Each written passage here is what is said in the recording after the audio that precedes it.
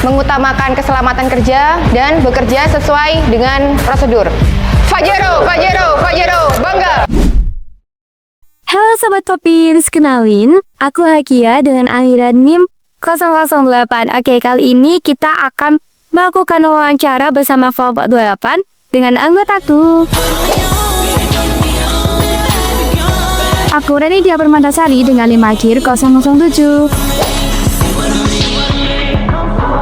Aku Agustina dengan Nipakir 043. Aku Febri Dulyasari dengan Nipakir 062. Halo, welcome to Popin Podcast Pemimpin. Hai teman-teman, kali ini aku berada di PT Fajero Karya Jaya. Nah, nantinya kita akan berbincang-bincang dengan CEO dari PT Fajero Karya Jaya yang tentunya sangat hebat, luar biasa, dan sangat inspiratif. Nah, topik kali ini akan membicarakan tentang peran kepemimpinan dalam mendorong inovasi di PT Fajero Karya Jaya untuk peningkatan daya saing.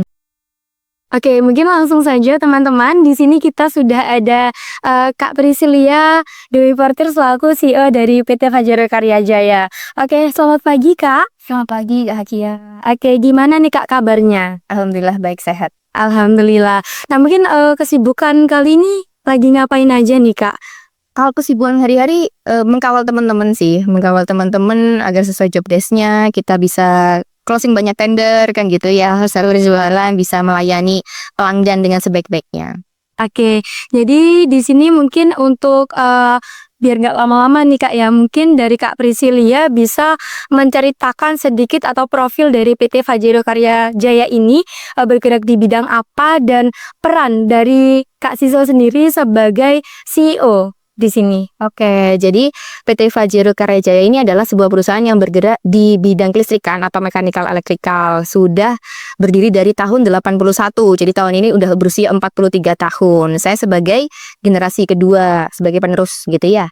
Nah, kalau perannya sehari-hari, saya tentunya mengkawal teman-teman tim sih untuk sesuai tugas dan fungsinya, sesuai mencapai target-targetnya. Ada unit pemasaran, ada unit operasional komersil, ada unit operasional PLN, dan juga ada keuangan HRGA. Oke, Kak Sisil, di sini di PT Fajero ini kayaknya bukan lumayan sih, memang banyak sekali divisi-divisi yang memang diperlukan untuk peningkatan daya saing perusahaan. Nah, tadi kan sudah bilang tentang profil, terus peran dari Kak Sisil sendiri sebagai CEO. Nah, kira-kira nih Kak, pasti kan punya visi gitu kan untuk pengembangan dari perusahaan sendiri. Nah, visi dari Kak Sisil sendiri untuk pengembangan dari PT Fajero ini apa Kak? Oke, jadi kalau teman-teman lihat di logonya Fajero itu ada tagline-nya, namanya Beyond dan Electricity. Jadi kita akan lebih dari sekedar kelistrikan, yang pada akhirnya sekarang kita memang sudah merambah jasa layanannya lebih dari kelistrikan. Kita sudah merambah ke area konstruksi sipil, ke pengadaan umum, dan juga ke interior. Oke teman-teman, program-programnya setelah produknya itu benar-benar banyak dan tentunya sangat bermanfaat ya. Utamanya di Jember ini kan juga banyak industri-industri yang memang membutuhkan kelistrikan begitu ya Kak ya. Nah, untuk selanjutnya di sini mungkin dari Kak Sisil mempunyai pemikiran tentang definisi dari inovasi sendiri dalam konteks bisnis itu apa Kak? Oke, umumnya kan inovasi kita kenal sebagai sebuah inovasi apa ya, sesuatu hal yang baru mungkin ya, atau modifikasi dari sebelumnya. Cuman kalau untuk saya selain itu ada tambahan makna lain, yaitu penyempurnaan sistem salah satunya. Jadi inovasi itu kalau kita udah punya sistem, kita akan terus improve, kita akan terus berinovasi untuk menyempurnakan sistemnya supaya lebih kuat, supaya lebih sustain, supaya bisa lebih efektif efisien dalam mencapai target-targetnya. Wow, tentunya di sini sangat definisi dari inovasi dari Kak Priscil ini benar-benar apa ya, dibilang sangat inspiratif tentunya teman-teman, dan mungkin nantinya kita juga sebagai Gen Z nanti bisa seperti Kak Sisil nantinya. Oke Kak, tadi kan sudah berbicara tentang inovasi definisinya ya Kak. Nah mungkin terkait inovasi nih Kak, apa dari Kakak langkah-langkah yang tepat untuk mendorong munculnya ide-ide baru terutama dalam tim Fajero ini sendiri Kak? Oke, memunculkan ide baru ya, utamanya supaya tim ini juga punya inisiatif gitu ya, dalam berinovasi. Jadi pertama kita harus satu visi dulu, artinya kita betul-betul satu tim ini harus tahu kapal kita ini mau ke arah mana, itu. Kemudian yang kedua mereka akan turut menganalisa dalam kita berproses bisnis proses kita atau yang sudah kita jalani sehari-hari ini kira-kira apa yang perlu dilakukan evaluasi gitu ya. Maksudnya apa yang kita lakukan pasti akan kita evaluasi, namun ada yang sudah berhasil, ada yang mungkin belum cukup berhasil sehingga perlu adanya inovasi itu tadi, bagaimana caranya tips trik untuk mencapai target yang diinginkan. Oke, nah itu tadi adalah langkah-langkah untuk mendorong munculnya ide baru dari Kak Sisel teman-teman. Nah untuk selanjutnya kira-kira nih Kak, bagaimana Kakak sebagai CEO atau pemimpin memastikan setiap anggota tim itu ikut berkontribusi dalam pengembangan ide baru begitu Kak? Sebelum kita memastikan itu, saya biasanya membutuhkan apa ya, sense of belonging atau rasa kepemilikan dari teman-teman. Jadi selain visinya sama, mereka harus punya engagement terhadap perusahaan, artinya ikut memiliki. Nah, dari rasa itu akan menumbuhkan apa ya, langkah-langkah atau memunculkan ide-ide mereka akan membenahi perusahaan supaya agar jauh lebih baik lagi ke depannya ini seperti apa, kira-kira gitu sih.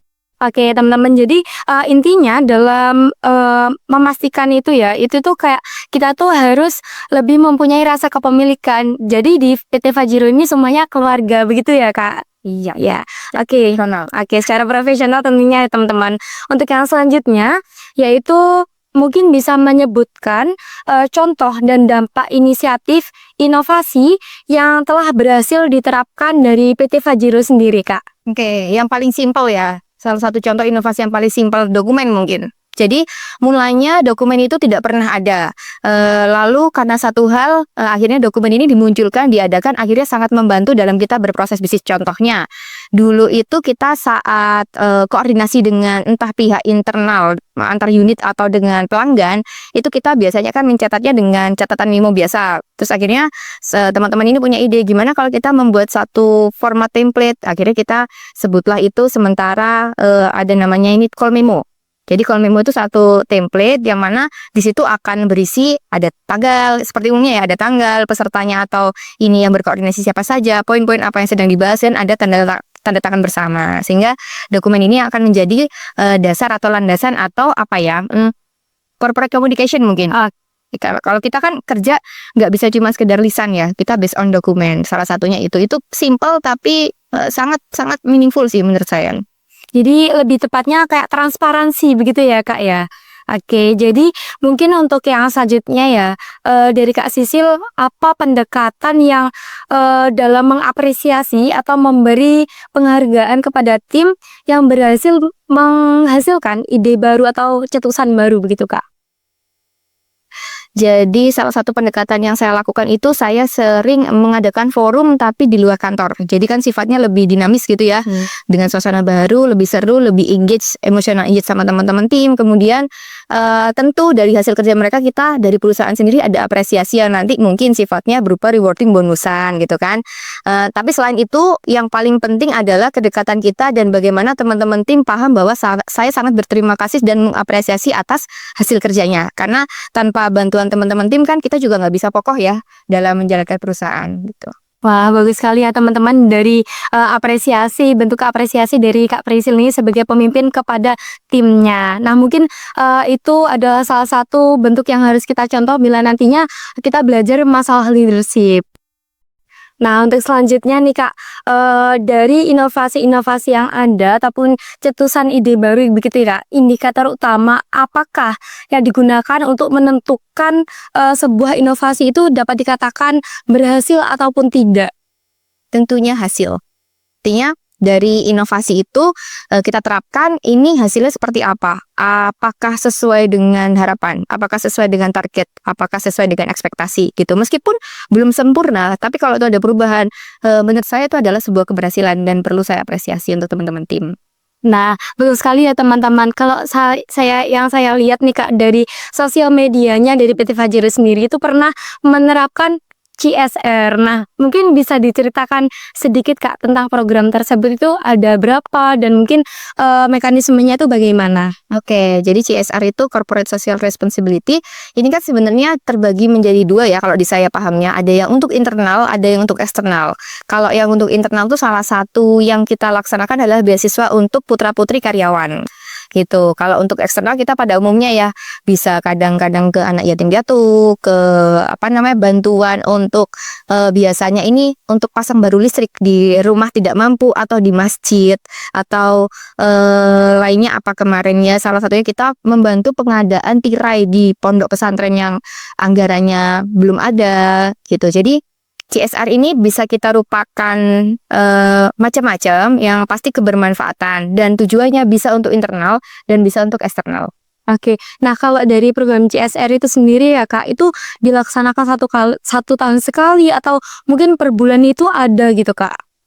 Tentatif sih Kak Hagia. Jadi kita biasanya CSR itu kan ada anggaran yang memang sudah ada formulanya. Anggaran ini kita kuotakan anggaplah 1 tahun. Namun dalam pelaksanaannya kalau memang ternyata dalam 1 tahun tuh anggarannya masih ada dan kegiatan yang kita lakukan itu tidak terlalu menyerap banyak anggaran, itu kan berarti kuantiti agendanya banyak gitu. Tapi kalau mungkin kita 1-2 agenda yang gede ya mungkin kita sesuaikan dengan anggaran ini tadi. Oke, nah tadi kan udah ngobrolin soal CSR. Nah ini buat closingan ya Mbak bahasanya. Nah kira-kira ada nggak sedikit kalimat motivasi untuk generasi Z? Karena kan kita kalau belajar masalah leadership itu jujur itu kadang agak susah gitu Mbak. Soalnya kan banyak sekali kadang yang introvert seperti itu dan Gen Z di sini kan juga dikenal sebagai generasi strawberry yang permukaannya itu cantik tapi dalamnya tuh lembek gitu Kak. Iya. Iya. Oke.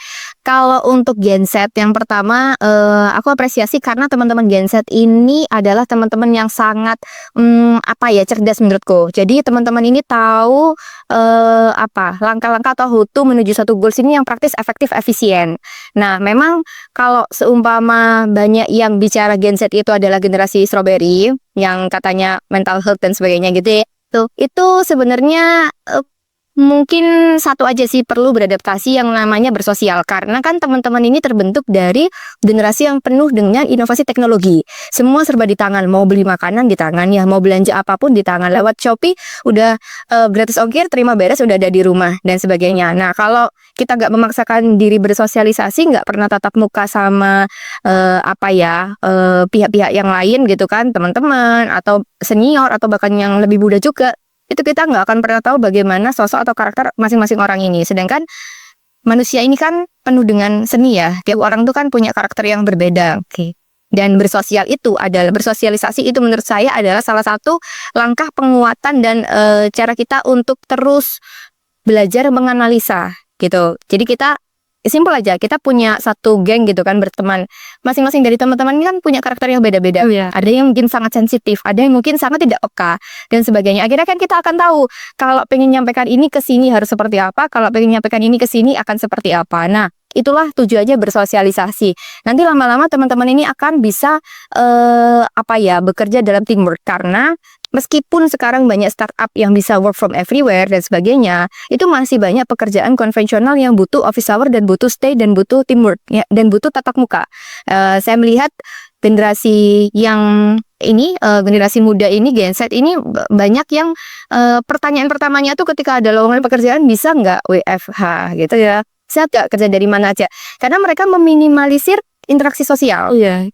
Gitu, padahal pekerjaan itu masih banyak yang sifatnya konvensional.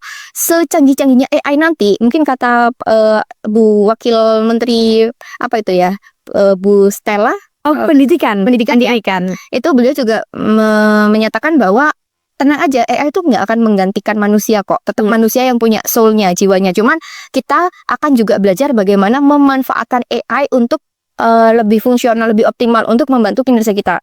Cuman segala sesuatunya itu tetap di manusianya itu sendiri gitu. Jadi AI teknologi nggak akan pernah menggantikan peran kita dalam berinteraksi. Jadi kita memang Gen Z yang terbiasa semuanya itu digital dan sangat less interaksi gitu kan. Itu kita akan memaksakan diri untuk berkomunitas, berorganisasi, bersosial dan sebagainya untuk nanti terbiasa saat ketemu sama orang-orang yang banyak dengan berbagai macam karakternya, dengan berbagai macam reaksinya. Nggak semua kita akan suka dengan reaksinya, tapi gimana kita menanggapi itu, menyikapi itu, gitu sih. Oke, jadi begini teman-teman. Nah, perihal leadership nih di kalangan Gen Z, aku bisa menyimpulkan bahwasannya kita tuh harus lebih banyak bersosialisasi begitu teman-teman. Nah, terkait peran kepemimpinan dalam PT Fajero Karya Jaya sendiri, itu juga perlu time management secara baik, terutamanya time management resiko ya Kak ya. Oke, mungkin itu yang dapat aku simpulkan dan aku sangat berterima kasih banyak kepada Kak Priscilia selaku CEO PT Fajero Karya Jaya yang sudah mau untuk menjadi narasumber dari kami. Dan mungkin kedepannya kami sebagai Gen Z mampu memberikan leadership ataupun menerapkan teamwork secara baik seperti itu. Mungkin kita akhiri ya Kak. Terima kasih. Terima kasih. Ya.